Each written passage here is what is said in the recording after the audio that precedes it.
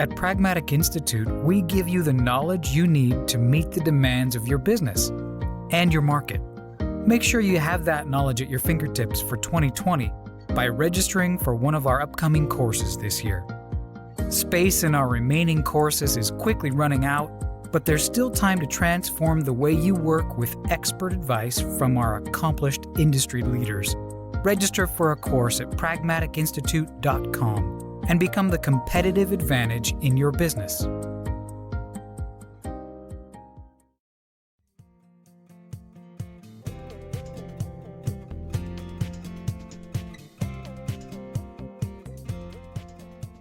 Hello, and welcome to the Pragmatic Live podcast series, where we tackle the biggest challenges facing today's product management, product marketing, and other market and data-driven professionals with some of the best minds in the industry. I'm Rebecca Calageris, Vice President of Sales and Marketing at Pragmatic Institute, and your host for this episode. Today, we're joined by Alex McDonnell, Managing Director at Eigenworks. Alex has spent his career digging into clients and markets to find and deliver actionable intelligence that can help organizations make better decisions. And today, he's here to teach you a little bit about how to listen your way to better buyer insights. Welcome, Alex. Yeah, thanks for having me, Rebecca. Looking forward to it. All right. Well, Alex, first, can you just give us a little bit more background on you and on Eigenworks? Yeah, for sure. So I'm a market intelligence professional. What that means is I study buyers, customers, markets as a whole, competitors, to try to figure out what's the real story, what's really happening, so that the organizations that I work for can make more informed decisions about what to build and what story to tell that will cut through the competitive noise in the market and land with buyers. So right now at Eigenworks, we run win-loss and churn analysis projects. So we're a really specialized research and consultancy. A typical project or program for us is a batch of in-depth customer interviews where we are talking to recent wins, recent losses, customers who've churned, customers who've recently renewed, and we're trying to get at the real story. The alternative to doing this kind of research is, you ask your sales reps and customer success managers to maybe enter a few things into CRM when they go to close out an opportunity. And that can actually be, we like to say worse than useless, because it's very difficult for a sales rep to understand the real story of what happened. They're kind of the first party to that transaction. And so we get to come in as an independent third party, speak with that customer, unpack their story, their decision, and then distill that down to something useful for our clients. That's what we do at Eigenworks. Before joining Eigenworks, I ran market and competitive intelligence at an online learning company called D2L. I was started as a one-person team there. We grew it to 2 people before I left. We doubled the team. And our job was doing work much like I do at Eigenworks now as a consultant, but doing that in-house. So a couple different perspectives on this work, but yeah, that's me. Great. So basically, you do kind of listen for a living. Listen for a living is a great way to put it, yeah. So you think about all that, I am no doubt you have learned a lot of, I wouldn't want to say tricks and tips because that makes it sound like they're too light, but what have you learned about listening? How do you become a good listener and really hear not only what they're saying, but what they're trying to say? Yeah, it's a great question. So this is kind of a set of techniques that we really pride ourselves on at Eigenworks. I'll give you a few examples. So first of all, like when we do our interviews, we have a structure, but not a script. And the difference there is that, a script is kind of, you're not really following the narrative where it's going naturally. If you had no structure at all, then you'd be coming up with, what questions to ask on every interview on the fly, and that just doesn't scale well. So we have what we call a structure. In general, that structure starts off with very open-ended questions about that buyer's world, what they're trying to achieve in their job, not even, the decision, the win or loss for our client that we're trying to study. Just really wide open, descriptive questions. We're not asking them, why did you make this decision, or why did you start looking for this software or that software? We don't want them in a justification mindset. We want them in a storytelling mindset. So we don't ask, from 1 to 10 type questions. We don't ask what was the most important feature in your decision. We don't want them in that really kind of hyper rational and justifying mindset. We just want them talking about their day to day, their work, their life. And then from there, we do things like play back our understanding. So we have this technique that we call the "it sounds like" statement. Um, this was kind of expanded on in a great book about negotiation called "Never Split the Difference" by Chris Voss. That would definitely be on my recommended reading list for anyone who's interested in this stuff. But it's this way of playing back and distilling your understanding, not just repeating their words back to them, but actually clarifying it in a way that helps them understand what they just said even better. And what you're listening for when you do that "it sounds like" statement is you want to play back what you just heard, and you want them to say something like, "That's right," or "That's exactly right," or even, "You said it better than I did." And then you're really now getting closer to probably the true story. So you've had them open up the story about this decision you're trying to study. You've played it back. You've built a little bit of rapport. You've shown you're truly listening. Then you can start to round out your understanding of this story and actually even put a little bit of pressure on it. So let's say my client thinks that there is this one feature that should, every buyer should be thinking about this feature. Why? Because it's a differentiator for them.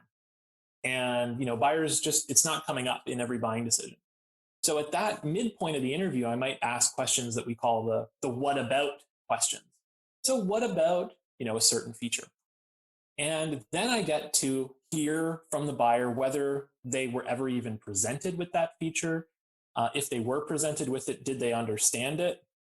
And did they actually see it as unique to our client?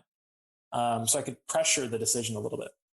And then towards the end, we ask what we like to call the "what if" questions. So now that we understand all the variables and all the points in the journey, we try to mess with them. So what if the competitor cut their price in half? What if they were much more willing to negotiate with you? What would have happened? How would that have affected things? So now you still want them in that sort of storytelling mode, but now you're into hypotheticals, right? So those are some of the techniques that we use to get people to open up, share their story, make sure that they feel heard and understood, and then get our clients something that they can really act on, something that's really rich and insightful. So tell me a little bit. Okay, so when you do those interviews, so you kind of have a structure, not a script. Is that right? Yeah, that's it. Perfect. And then playing back what you hear to make sure you understood. And then how do you take what you heard and turn all of that information and all of those stories and anecdotes into data? Yeah, that's a big challenge. So, you think about the job of a product marketer or product manager, and you're kind of always dealing in two major currencies. Like on the one hand, we talk a lot about being data driven, and there are lots of objective facts and quantitative data that we can use for that. But then we're also very much powered by stories, right? The messages we're designing, the stories that we believe or don't believe about what's happening in the market, those narratives. And so we try to kind of walk that line in our work. What we're capturing in our interviews definitely are more like stories. Like these are buyer stories that it's all centered around buyer's journey, what they wanted to achieve, and then how did our client or our client's competitors happen to intersect with that. That's a narrative, right? The challenge that we've put a lot of thought and work into is, if you've done now 20 of those interviews, or 100 or 200, like some of our largest programs have, what tools do you have, or what sort of architecture is there available to find patterns across all those interviews? And so what we've put a lot of thought and effort into is what we call a coding system that itemizes every force and factor in the decision into essentially a record in a database that you can search and slice and dice. And the way that the data emerges for any given interview or set of interviews is it truly is emergent. It's not just like filling out a tax form where every field only has a few multiple choice options. It really emerges with wherever the project goes. So yeah, we call that our decision forces model. We think about all the kind of each push and each pull along the buyer's journey. And so that's how we codify them. And then we get in there with our clients and just follow our curiosity, ask all kinds of questions and see where it leads us. Do you kind of take the qualitative and make it a little bit more quantitative? I imagine that's quite helpful when presenting not just to your immediate contact and the client, but when they're presenting to the wider organization. That's right. That was a perfect playback. Yeah. Excellent. So then what can you tell me a few of the stories about some of your clients? I know you can't share a lot of the details, but some examples either of clients you have today or work that you've done in your past. I think it's always fun to hear neat insights people have gleaned from a win-loss. Yeah. So there's a couple that come to mind. So in one case, we were studying customer churn and retention for a client. And we found that there were a few key attributes of an account or of a buyer that would lead to success or lead to churn. And by isolating those factors, we were able to, first of all, help the CS team identify and then address those factors. But to go even more a little bit upstream, we helped their marketers and salespeople and business development people get a little bit tighter on their qualification so that if those attributes for success, if those predictors for success were not present, they could have even more discipline about qualifying themselves in or out of those accounts. That was a big deal, right? Because if you're scattershot and you're going into all kinds of segments and subsegments, and you don't have a clear sense of what characteristics am I actually looking for here that will predict customer success, you're pretty vulnerable to high risk of churn there. So that was really impactful for that client. Another example that comes to mind was, so as part of our research strategy stage where we're preparing for these interviews, we ask our clients to almost like enable us the same way they would enable their salespeople with the talk tracks and the differentiators and all the things that they believe make them unique and special. And what we found going into this particular study was one of the differentiators that this client offered, it was at the top of their list, it was something they wanted their reps talking about all the time, was actually kind of polarizing among the buyers that we spoke to. It wasn't that it wasn't unique. It was, in fact, unique in sort of a literal and factual way when you compared our client to their top competitor. But buyers were actually really polarized on the value of this particular service offering. Some buyers thought that the service took away from, a part of a function that they wanted to be doing in-house that they thought was very important. And so, the differentiator was it was presented, it was unique, but it wasn't actually deeply understood or valued. It was actually quite misunderstood. So being able to isolate issues like that's kind of the thrill of this work that I really love. Like, before doing this type of research, you might have 8 to 20 different potential issues with your sales and marketing motions that might be worth fixing.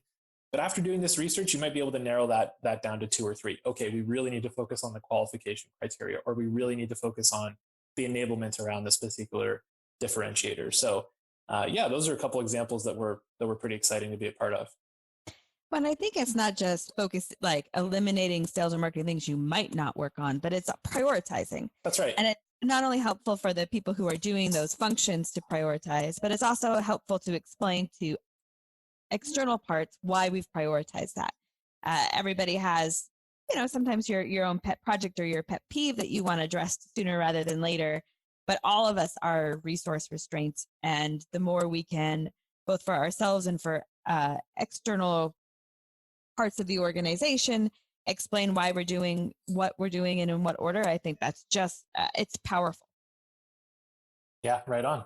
So we've talked a little bit about how you have a framework for listening and how you take, in order to get the most information out of customers and really understand what they're trying to tell us, and then how you take those stories and tidbits and really turn them into information and data that the organization could use. And then you shared a couple of great examples about places where you've seen this be successful.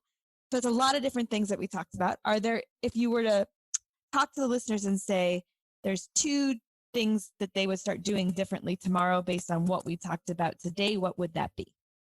Yeah, I think at the top of that list is talk to some customers. And when I say talk to, I don't mean, send out a survey to 500 customers with a 2% response rate. I mean, you know, whether it's, sitting in on a sales call or a customer success, quarterly business review, or starting your own sort of internal research effort that looks like this, where you're doing one-on-one interviews, marketer to customer, or maybe product manager to customer. This stuff is crucial. I mean, if you can create a collection, like a gallery of buyer stories that all kinds of people around the organization can refer to and learn from, that's a pretty powerful accomplishment. And I think, a pretty awesome place to be professionally or in your career, to be the person who really is the source of truth for all things customer stories, and can actually speak to the realities. Um, Good place to be. Yeah, and one more thing I want to mention, Rebecca, is the person that I learned a lot of this from. His name was Alan Armstrong. He was the CEO, founder, visionary here at Eigenworks. He actually passed away last month, just here in August, and it's been a huge loss, a huge void. He was a leader, a mentor, not just for us, but for this entire community. I know he was, very closely involved with Pragmatic. It was part of his kind of origin in developing some of these research strategies in the first place, was working with key people at Pragmatic. So, I really hope that by just kind of spreading these messages about the importance of deeply understanding customer stories, customer journey, we can pay a bit of a tribute to Alan, because he was a huge influence for me. So I'm grateful for the chance to spread the message here.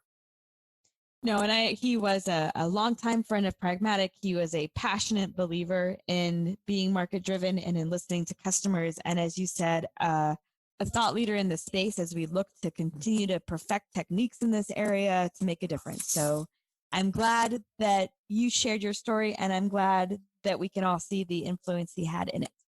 Yeah, in a big way. I mean, if I can share one more anecdote with you, I mean, the skills, the interviewing and listening skills that I learned here at Eigenworks, they have a big impact on the rest of my life. I mean, it's such a universal skill set, asking questions and then listening to the answers, that you can't help but start applying those skills elsewhere once you've learned them. I mean, one example that comes to mind was I was having dinner with my mom and dad, and they're having a bit of a quarrel. My dad was saying that he wanted to get a sous vide machine, one of those kind of gadgets where you put meat in a Ziploc bag and then it cooks it to the perfect temperature or whatever.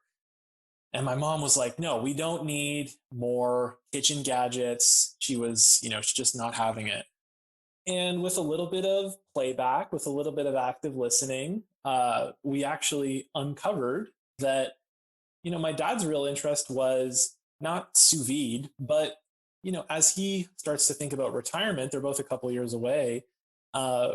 What's he going to put his kind of creative energy and enthusiasm into? He needed a hobby. He needed something that he could pour all his creativity into. And my mom, on the other hand, as they're thinking about downsizing, moving to a different place, just doesn't want to accumulate more stuff. And so what a different conversation you can have when you can get to that underlying level about what people are actually interested in, what they're actually trying to achieve, as opposed to, what they might say on the surface. So, the skills that I've learned here have really had a big impact on my whole life. I mean, I think the world is just a better place if we all practice strong listening with each other. And to your point, that argument or discussion with your parents that they were having is very different than what it looked like on the surface, and you only get there when you really listen. Totally. Awesome. All right. Thank you, Alex. It was a genuine pleasure to have you on today, and I hope we do it again soon. Okay. Thanks so much. All right. That does it for today's episode, everyone. Thanks for listening. And don't forget to join us next week when we tackle another great topic designed to help you elevate your product, your company, and your career.